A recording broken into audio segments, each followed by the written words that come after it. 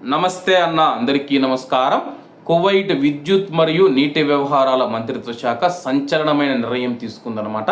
ప్రస్తుతం కువైట్లో రోజు రోజుకు ఉష్ణోగ్రతలు పెరుగుతూ ఉన్న నేపథ్యంలో విద్యుత్ మరియు నీటి వ్యవహారాల మంత్రిత్వ శాఖ నిర్దేశించిన గరిష్ట వినియోగ సమయాలైన అంటే విద్యుత్తును ఎక్కువగా ఉపయోగించుకునే సమయాలైన ఉదయం 11 గంటల నుంచి సాయంత్రం 5 గంటల వరకు పారిశ్రామిక సంస్థల యజమానులు తమ యొక్క కార్యకలాపాలను నిలిపివేయాలని చెప్పేసి పబ్లిక్ అథారిటీ ఫర్ ఇండస్ట్రీ ప్రకటించింది. ప్రస్తుతం మనం చూసుకుంటే కానీ కువైట్లోని ఫ్యాక్టరీలు కానీ కంపెనీలు ఏవైతే ఉన్నాయో ఉదయం 11 గంటల నుంచి సాయంత్రం 5 గంటల వరకు తమ యొక్క పనులు నిలిపివేయాలని చెప్పేసి పబ్లిక్ అథారిటీ ఫర్ ఇండస్ట్రీ ప్రకటించింది. విద్యుత్ గ్రిడ్ను స్థిరీకరించడానికి మరియు అధిక డిమాండ్ ఉన్న సమయాలలో నిరంతరాయ విద్యుత్ సరఫరాను నిర్ధారించడానికి కువైట్ దేశం చేస్తూ ఉన్న ప్రయత్నాలలో భాగంగా ఈ నిర్ణయం తీసుకున్నారు.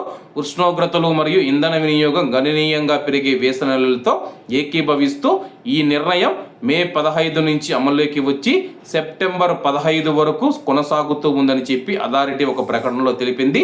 పారిశ్రామిక సంస్థలు ఒక షిఫ్టు లేదా 2 షిఫ్టుల పద్ధతిలో పనిచేస్తూ ఉన్నప్పటికీ సాధారణ పని గంటల తర్వాత సాయంత్రం పూట కార్యకలాపాలు తిరిగి ప్రారంభించడానికి అనుమతించబడతాయని చెప్పి అథారిటీ స్పష్టం చేసింది.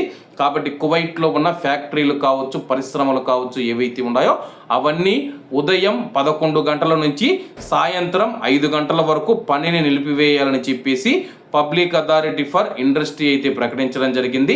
అలాగే ఈ యొక్క నిర్ణయం మే 15వ తేదీ నుంచి సెప్టెంబర్ 15వ తేదీ వరకు అమల్లో ఉంటుంది.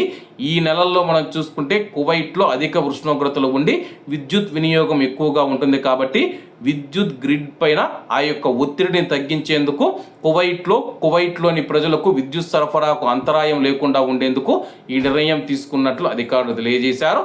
కాబట్టి అందరూ బాగుండాలి, అందులో మనం ఉండాలి. అందరికీ నమస్తే అన్న, జై హింద్.